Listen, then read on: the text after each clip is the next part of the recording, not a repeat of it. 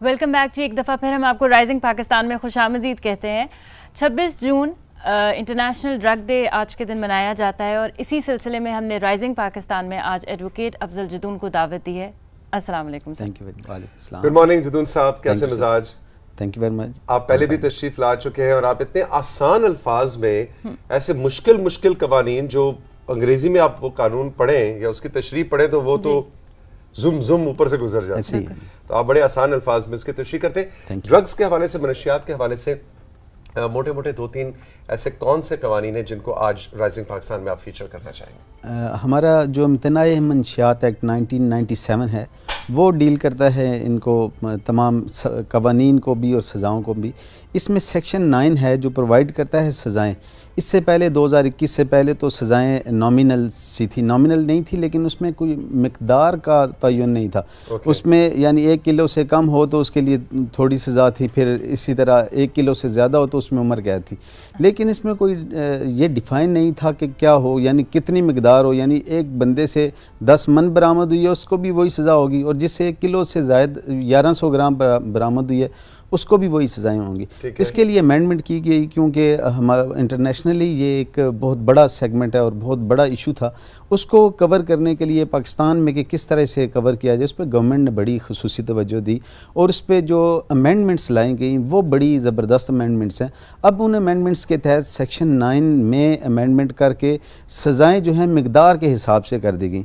इसी तरह इससे पहले था कि वो यानी 2-3 किस्म की जो ड्रग्स थी उन्हीं के हवाले से था, लेकिन अब वो with the passage of time हमारी सोसाइटी में ऐसी ड्रग्स आ चुकी हैं कि जिनका पता ही नहीं होता और वो बहुत ज़्यादा सीवियर हैं। अब उनके लिए अलग से सज़ाएँ डिफ़ाइन कर दी गई हैं, यानी हर सज़ा जो भी नारकोटिक्स की वो किस्म होगी उसके हिसाब से सज़ा होगी। कैटेगरीज के हिसाब से जो है उसकी अलग सज़ा है, हेरोइन की अलग है। पहले सब एक ही था, पहले सब एक ही था, लेकिन अब यह कि उनको डिफ़ाइन करके अलग अलग से कर दिया गया। सिमिलरली आजकल जो एक बहुत बड़ी वबा आ चुकी है जिसका कि हमारे पेरेंट्स को भी पता नहीं होता, हमारी फैमिलीज़ में नहीं होता, और उसमें यह कि वो इतनी है कि उसमें रिश्तों की पहचान तक नहीं रहती और उसे आइस कहते हैं। अल्लाह ताला सबको इससे महफूज रखे। पेरेंट्स को खुसूसी तौर पे चाहिए कि वो घरों में बच्चों को के बिहेवियर पे तवज्जो दें। उसमें आइस के लिए बिल्कुल अलग सज़ा और सवीयर सज़ा मुकर्रर कर दी गई।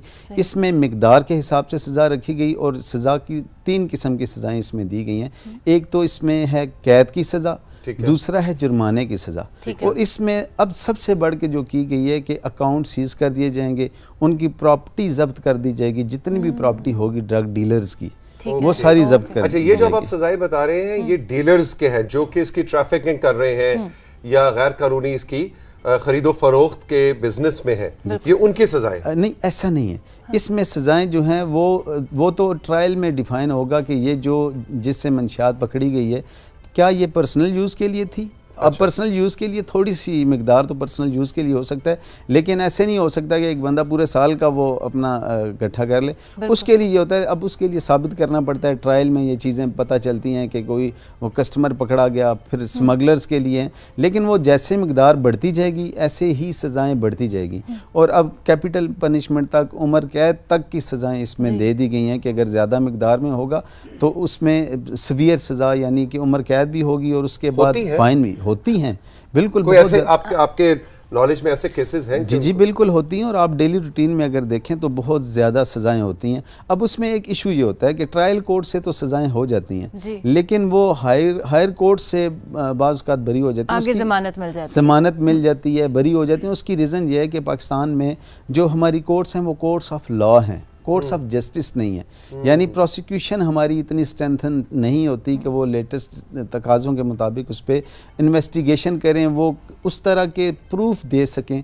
अब ऐसे प्रूफ जहाँ पे प्रॉपर प्रोसिक्यूशन होती है और प्रॉपर उससे चलान पेश किया जाता है तमाम सबूतों के साथ, उसके बाद वो उसके प्रोसीजर जो हैं वो अडॉप्ट किए जाते हैं, तो उसमें सज़ा लाजमी होती है और बहुत ज़्यादा होती है, और बहुत ज़्यादा सज़ाएँ होती हैं और उन पर अमल दरामद भी उतना ही ज़्यादा होता है। अच्छा, इतनी सज़ाएँ देखिए, हम अब आप कह रहे हैं कि इतने लॉज भी आ गए, लोगों को सज़ाएँ हो भी रही हैं डेली बेसिस पे, लेकिन स्टिल हमें ऐसे लगता है कि इसकी जो जुर्म की जो वो एक तादाद है वो कम नहीं हो रही। दिन ब दिन हमें आए दिन हमें पता लगता है कि जी नई चीज़ें हमें पता लगती हैं। ऐसा नहीं है कि चीज़ों में कमी नज़र नहीं आती, उसका कोई रीज़न आपको लगता है? उसकी सबसे बड़ी रीज़न हमारी प्रोसिक्यूशन में कमी है। जिन्होंने इन्वेस्टिगेशन करनी है, यानी जहाँ से नारकोटिक्स पकड़ी गई वहाँ एक प्रॉपर प्रोसीजर फॉलो किया जाता है। जैसे मैंने अर्ज़ किया कि हमारी कोर्ट्स ऑफ लॉ हैं, कोर्ट्स ऑफ जस्टिस नहीं है। लॉ के मुताबिक अगर प्रोसिक्यूशन हुई तो उसमें सज़ा से किसी सूरत मुमकिन नहीं। अगर अच्छा कोई इन्वेस्टिगेशन ऑफिसर आ गया और उसने प्रॉपर प्रोसिक्यूशन की, यानी कि इसके कुछ स्टेजेस होती हैं, जैसे नारकोटिक्स पकड़ी जाती है, वहाँ से सैंपल लिए जाते हैं, वहाँ से इन्वेस्टिगेशन प्रॉपर होती है, वो विटनेसेस होते हैं, उसके बाद उसको मालखाना में रखा जाता है, फिर मुहर्रर मालखाना को पेश किया जाता है, फिर वो विटनेसेस रिकवरी के आते हैं, उसके बाद लेबॉर्ट्री भेजी जाती है। ये अगर तमाम प्रोसेस अडॉप्ट कर लिए जाएँ प्रॉपरली तो कोई सूरत नहीं होती कि बचा जाए। उसमें हमारी कोर्ट्स बिल्कुल इसमें किसी को रिलैक्स नहीं करती। जहाँ पे ज़रा सा भी प्रूव होता है वहाँ पे ये लाजमी सज़ा दी जाती है। अच्छा जुन साहब, आप ये बताएं कि जैसे आपने आइस का जिक्र किया और वाकई ये बहुत बड़ा चैलेंज है इस वक्त, ख़ासतौर पे हमारे यंगस्टर्स, अनफॉर्चुनेटली हमारे दरसगाहों में भी इसने पेनिट्रेट कर दिया है।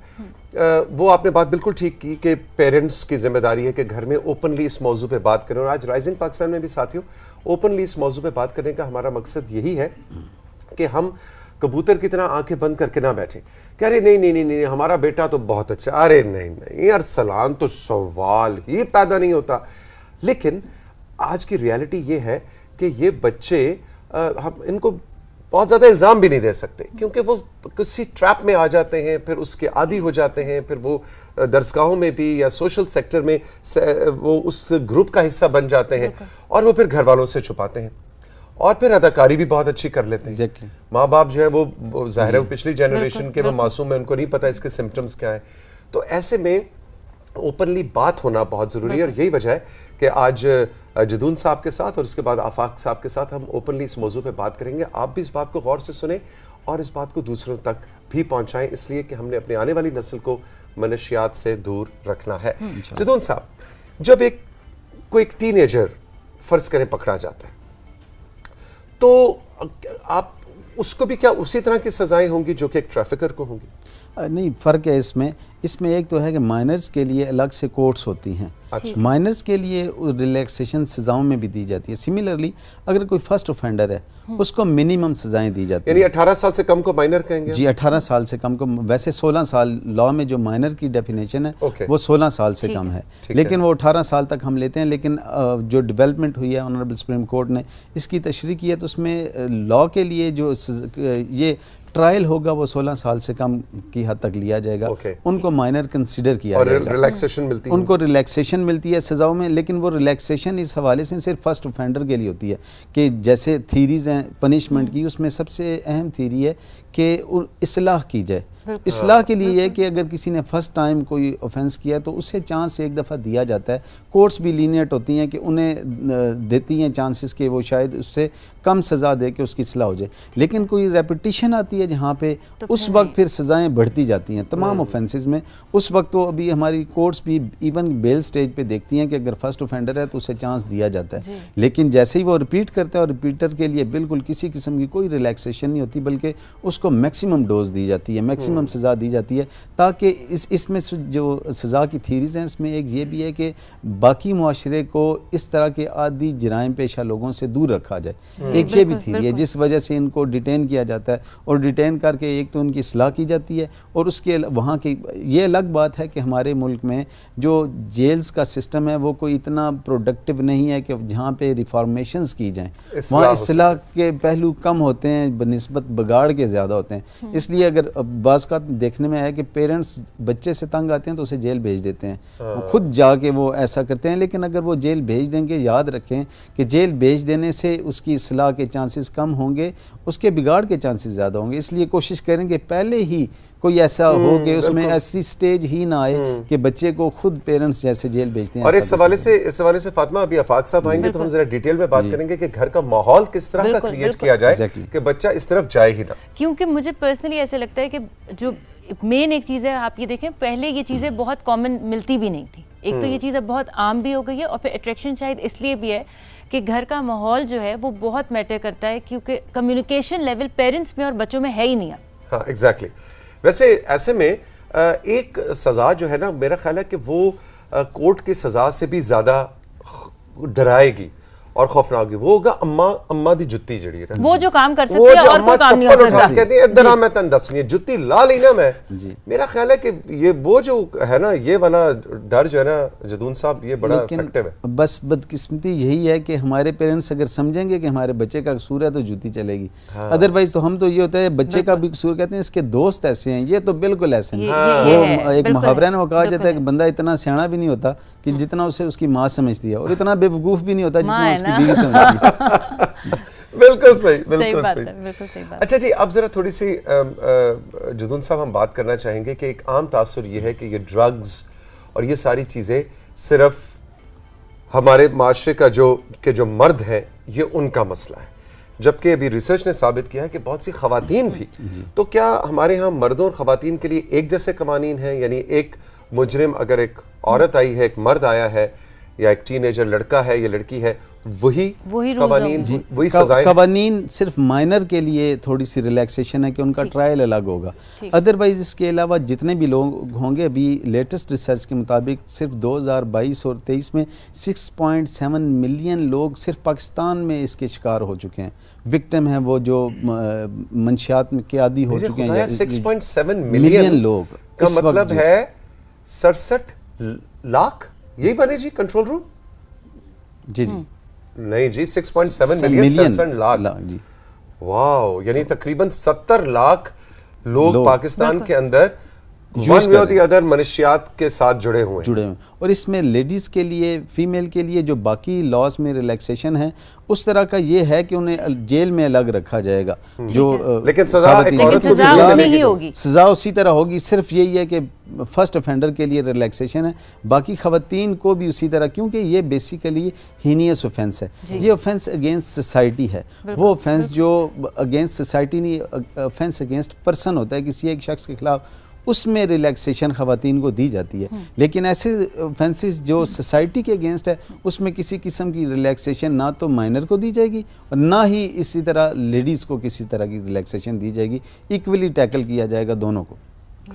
और ये जो कवानीन है ये पूरे पाकिस्तान में लागू है? ये पूरे पाकिस्तान में लागू हैं। इसमें एक बहुत अहम डेवलपमेंट जो अभी गवर्नमेंट की तरफ से है वो ये है कि इसके लिए अलग से कोर्ट्स, और इस्लामाबाद में तो अलग से बिल्कुल कोर्ट ANF कोर्ट बना दी गई है, बाकी भी पूरे मुल्क में मुख्तलिफ अजला में ANF कोर्ट्स मौजूद हैं जो स्पीडी ट्रायल भी करती हैं। इसी तरह ANF एक मुकम्मल डिपार्टमेंट मौजूद है जो कि इन मैटर्स को देखता है, नॉर्मल रूटीन में भी होते हैं लेकिन स्पेशली जो जहाँ पे स्मगलर्स वगैरह करते हैं और जो ANF उसको प्रोसिक्यूट करती है, और ANF के जो लोग हैं वो बड़े एक्सपर्ट हैं इन मामलात में, एंटी नारकोटिक्स फोर्स जिसे हम कहते हैं, जिसे कहते हैं, और वही इसको डील कर रही है। इसके लिए स्पेशल कोर्ट्स भी बन गई हैं और स्पेशली इस्लामाबाद में एक बहुत ज़बरदस्त एक एक्सपीरियंस किया जा रहा है। अगर ये एक्सपीरियंस यहाँ पे कामयाब हो जाता है तो बड़े जल्दी ट्रायल इनके डिसाइड हो जाया करेंगे।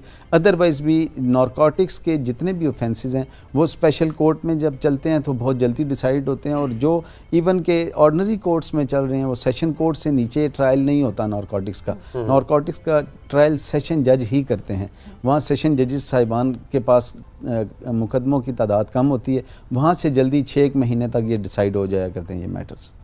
जो कई दफ़ा हमारी खबर भी चलती है ना कि जी ANF ने वो इतने मन या इतने किलो चरस या कोई और ड्रग्स है उनको जनाब वो जला रहे हैं और उसको क्रश कर रहे हैं, वो तो वो बड़ा वैसे दिल के ना देख के बड़ी खुशी होती है कि यस जो पकड़े गए वो तो पकड़े गए, लेकिन ये कम से कम इतने ये आगे लोगों के बच्चों को बच्चों तक ये पहुंची नहीं। बच्चों से मुराद सिर्फ यंगस्टर्स ही नहीं, बड़े भी लेते हैं, लेकिन ये यूजर तक ये चीज नहीं पहुंची और उससे पहले ANF ने उसको डिस्ट्रॉय किया, ये बड़ी तसल्ली होती है। एग्जैक्टली। और इसमें अब ये है कि इसका स्टार्ट जो है वो होता ही सिगरेट से है, जो आमतौर पे कहा जाता है ये सिंपल स्मोकिंग कर रहा है, ये स्मोकिंग से स्टार्ट होता है और इसमें बहुत एहतियात की ज़रूरत है। जो लोग ट्रैवल करते हैं यहाँ से फ़ॉरेन की तरफ, अब उन्हें नहीं पता होता कि साथ हमारे जो जा रहा है बंदा वो कौन है।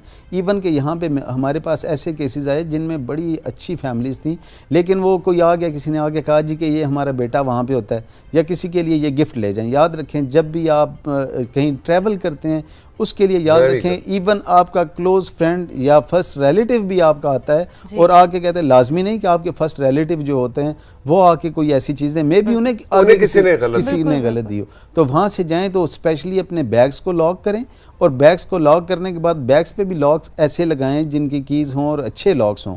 हम अमूमन ट्रैवल करते हुए नॉर्मल लॉक्स लगाते हैं, अच्छे लॉक्स हों कि आप ये नहीं कि आपको ऊँग आ गई, आप सो गए, या आप किसी जगह वेटिंग एरिया में हैं तो किसी ने वहाँ पे आपके पॉकेट में डाल दी ड्रग।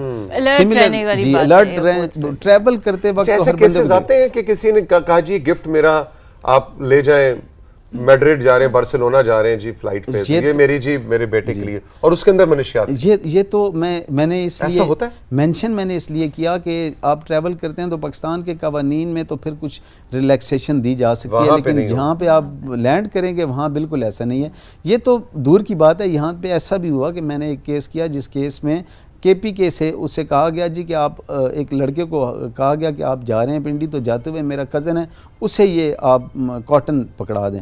अब वो यहाँ पे जैसे ही अड्डे पे उतरा, फिर हवाई अड्डे पे, तो 7 किलो चर्स उसके कॉटन से बरामद होगी, और उसको नहीं पता था, और उस बेचारे को उस वक्त उसके हिसाब से सज़ा हुई थी और वो कुछ भी नहीं कर सका, उसके पास डिफेंस ही कोई नहीं था कि आप उठा के क्यों लेके जा रहे हैं। तो यहाँ पे तो ऐसे भी होता है, यानी मैंने तो एयरपोर्ट के हवाले से खसूसी तौर पे किया कि ये बहुत ज़्यादा होता है, यहाँ पे तो कुछ फिर भी देखा जा सकता है। तो इसलिए जब भी ट्रैवल करें, इवन के इन कंट्री या आउट ऑफ कंट्री, जहाँ भी ट्रैवल करें, आपको कोई भी आके दे तो कम से कम उसे खुद देख लें कि इस पैकेट के अंदर या इस गिफ्ट बॉक्स के अंदर है क्या। ये ना हो कि कहीं उसके बाद आप पे स्टिग्मा लग जाए और उसमें किसी किस्म की कोई बचत, यहाँ पे बचत का खाना है ही नहीं।